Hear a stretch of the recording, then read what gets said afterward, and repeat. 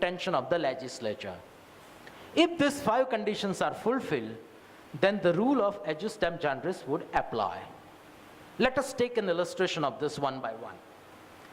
The first application, I have taken few cases which according to me they are the lucid application of this rule, therefore I have chosen. There are plethora of decisions undoubtedly. The first is, as I said, Assistant Commissioner of Central Excise, Guntur versus Ramdev Tobacco Company Limited, AIR 1991, Supreme Court 506. Under the Central Excise Act, the provision that came up for consideration before the Supreme Court was Section 40, subsection 2. Under Section 40, subsection 2, it is stated that no suit, prosecution, or other legal proceedings can be instituted against any act done or authorized to be done under the act after 6 months from the cause of action. These are the wordings, and I repeat for the purpose of your benefit. Section 40, subsection 2 stated that no suit, prosecution, or other legal proceedings can be instituted in respect of any act done or authorized to be done under the act after 6 months from the end of the cause of action. The question arose in these facts of the case that the penalty proceedings initiated by the Custom Department after 6 months from the end of the assessment, will it be hit by Section 42? The Supreme Court applied adjustum generis rule, and the Supreme Court picked up the last word, any other proceedings. And then the Supreme Court held that this phrase has to be read in connection with the word suit and prosecution. So read, the departmental penalty proceedings would not be falling in this category, and accordingly, the action initiated by the department after 6 months with regard to the penalty is permissible, and it is not barred under Section 40, subsection 2 of the Act. So this is one such application of the rule. The other application of the rule, which is also the finest one, which I find very recently, is the Securities and Exchange Board of India versus Messrs. Akshaya Infrastructure Private Limited. The judgment is AIR 2014, Supreme Court 1963. Let me point out that practically this judgment has followed the earlier judgment of the Supreme Court in Nirma Industries Limited versus SEBI. However, this judgment slightly differs from the previous one. Why I have chosen this? Under the Securities and Exchange Board of India Act 1992, SEBI has been given power under Section 30 to frame regulations for various purposes. One of the regulations that has been framed by SEBI is known as SEBI into bracket Substantial Acquisition of Shares and Takeover Regulations 1997. Under Regulation 27 Clause 1, it is provided that under certain circumstances, public offer made by a company can be allowed to be withdrawn. Rather, the rule negatively says, and I quote the rule what it says. According to Regulation 27(1), it says, no public offer shall be allowed to be withdrawn except the following circumstances. A, where the withdrawal of the public offer is consequent on any competitive bid received in the market. B, when any statutory approval required to be taken has been refused. C, when the acquirer is the sole individual who, being a natural person, has expired. And fourth, any other ground which in the opinion of the board of directors merits withdrawal. On the facts of the case, the company wanted to withdraw public offer.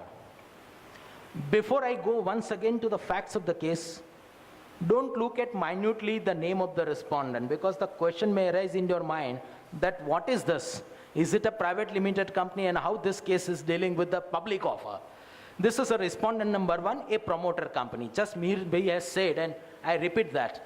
Even the chronological order in which the respondents are required to be added in a petition is also merits sometimes the significance. This is one such issue. Anyone who looks at the judgment at once comes to the conclusion that how this judgment decides the validity of a public offer with regard to private company. But that was a promoter company. The other respondents are the public companies and other individuals against whom the SEBI has passed the orders. Coming back to the topic, therefore, one of the company which is promoted by this company wanted now to withdraw the public offer on the ground that now they do not feel it economically viable to fulfill the honor and commitments to the public at large. Therefore, on account of this economic unviability, they wanted to withdraw this public offer. The SEBI refused to grant them permission, and the matter went right up to the Supreme Court. Because then afterwards it has traveled to the High Court and then to the Supreme Court. It has been held by the Supreme Court that the clause D is required to be construed adjustum generis, that any other ground which in the opinion of the board merits withdrawal, they are required to be construed with the previous grounds. If this ground is to be construed with previous grounds, the withdrawal of a public offer on economic exigencies or unviability cannot be allowed to be withdrawn as per the regulations. So this is the conclusion that has been derived on the basis of this rule. The third illustration, which is also dealing with the adjustum generis rule, is in the matter of Rameshwar Prasad Goel. Again, a very latest decision. Citations you will find, AIR 2014 Supreme Court 850. This case, the Supreme Court was concerned with its own power, and the Supreme Court was concerned with its own regulations. It is stated under Order 4, Rule 8A of the Supreme Court Rules 1966, that where upon a complaint from any person or otherwise, any advocate on record is found indulged in a misconduct, the Supreme Court may debar him from the role of advocates on record. Now in this case, the Supreme Court exercised this suo motu power, and the question was raised before the Supreme Court, can you exercise this power without a complaint? However, the Supreme Court read this otherwise in the context of any person. And it says that it includes even the suo motu complaint by the court, and the court also has a power to initiate the action for removal of advocates on record. And accordingly, the interpretation was made. This judgment, apart from what it did, merits consideration for another issue, and that is, this judgment which has applied adjustum generis rule is totally in contradiction to the canons of principles of this very rule. This rule requires that there must be enumeration of specific words at the end of which the general word is used. This very first condition is not fulfilled because the provision does not enumerate any specific words. There is no enumeration. The word is the only word that appears, that upon a complaint of any person or otherwise. Therefore, ordinarily, this rule does not apply. But as I said, this is a modern departure. As the Supreme Court has said that now we have to depart from the Maxwell and we have to go to Mimamsa, the same way, the rule has also been by force fitted into the judgment, irrespective of the fact whether condition precedent for applicability has been fulfilled or not. But anyway, since this rule has been applied, the conclusion is derived on the basis of this rule. The third rule that I propose to take, of course there are few more judgments, but this is suffice to say that this is the adjustum generis rule in nutshell. The next rule that I would like to switch upon to is the rule of nositur a socis. Again, a very interesting rule. Again, I have tried to come as close as possible to the pronunciation. Nositur a socis. Now, what does this rule say? This rule is nothing but an extension of the principle of previous rule, that is adjustam generis rule, a nositur a socis. Now, when I read this rule for the first time in my student days, I immediately recollected our Gujarati proverb, Sang Tevo Rang. That is exactly the meaning of this rule. It is known by its associates. This is the meaning of the phrase. Now I will, in the course of discussion, prove that there is a reference to the color also, and there is a reference to the company also. There is a reference of Sang, there is a reference of Rang as well. This rule has been very lucidly explained by Lord Macmillan, who said that the words in the statutes are to be judged by the company it keeps. Therefore, the word Sang has come. The words in the statutes are to be judged by the company it keeps.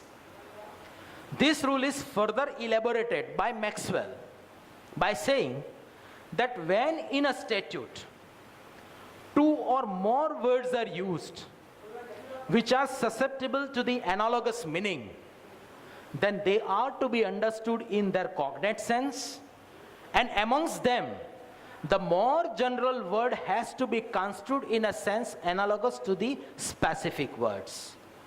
The one takes its color from the other. Now, therefore, Maxwell has talked about the color. So these are the two authorities which has lucidly explained this rule of nositur a socis. Even this rule also therefore requires that the general word has to be understood in the context of specific words. Then how does it differ from the previous rule? The difference is that in a nositur a socis rule, general word may have been used initially, or it may be used at the end of specific words. Whereas in an adjustam generis case, it must have been used at the end of specific words. The second point of distinction between these two rules is that in adjustam generis rule, the specific words should and must belong to the same class, category or genus. This is not required in nositur a socis rule. And the third point of distinction between the previous one and this rule is that in adjustam generis rule, the enumeration of specific words, that list, is not exhausted. Whereas in the nositur a socis rule, the list of specific words is exhaustive. Keeping these three distinctions in mind, let us look at how this rule has been applied. The first glaring example wherein this rule is applied is State of Rajasthan versus Shree Jain, which is referred to in AIR 1963 Supreme Court 1323. Now, if I may say so, on the basis of my research, in 1963, for the first time, I have come across applicability of this rule by the Supreme Court in any facts of the case. Because up till now, as we all are aware, the adjustam generis was more popular. However, this is an endeavor shown by the court for the first time in 63. It was a service matter. The interpretation was with regard to Rule 301 of the Rajasthan Civil Service Rule, which said that in case of dismissal, removal, and compulsory retirement of an employee, an approval from the governor is necessary. So once again, if I may repeat, for the purpose of our appreciation of this applicability of the rule, in case of a dismissal, removal, or compulsory retirement of an employee, an approval of the governor is necessary. On the facts of the case, an employee retired from the service on account of his superannuation age. Therefore, it is also a kind of compulsory retirement. And the question arose, whether in his case an approval of the governor is required. The Supreme Court applied this rule of nocitura socis, and Supreme Court invited the attention on three phrases: dismissal, removal, compulsory retirement. Since the word compulsory retirement is more general in character and wider in nature as compared to dismissal and removal, that word has to be understood in the context of dismissal and removal. To put it in terms of the rule, the word compulsory retirement will take its color from the word dismissal and removal. Now the color that these two phrases, namely dismissal and removal, that this color is of punishment. Therefore, the color of punishment must be applied to the compulsory retirement. Meaning thereby, any employee who has been made to retire compulsorily by way of punishment, then only this rule will apply. If any employee who has retired on account of his reaching a superannuation age, this rule does not apply. So this is the first applicability of the rule in case of nocitura socis rule. The second one is on the same line. The most important one, again let me take the fourth one, Rainbow Steels Limited versus Commissioner of Sales Tax, AIR 1981, Supreme Court 2101. Again, a well illustrated applicability of this rule. In Rainbow Steels Limited, the Supreme Court was concerned with an entry 15 in the schedule of Uttar Pradesh Sales Tax Act 1948. In this schedule, it is specified that all those items which are mentioned in this schedule, on sale of those items, sales tax will not be levied. In other words, the sales tax was exempted on those items. Entry 15 talked about old, discarded, and obsolete machineries.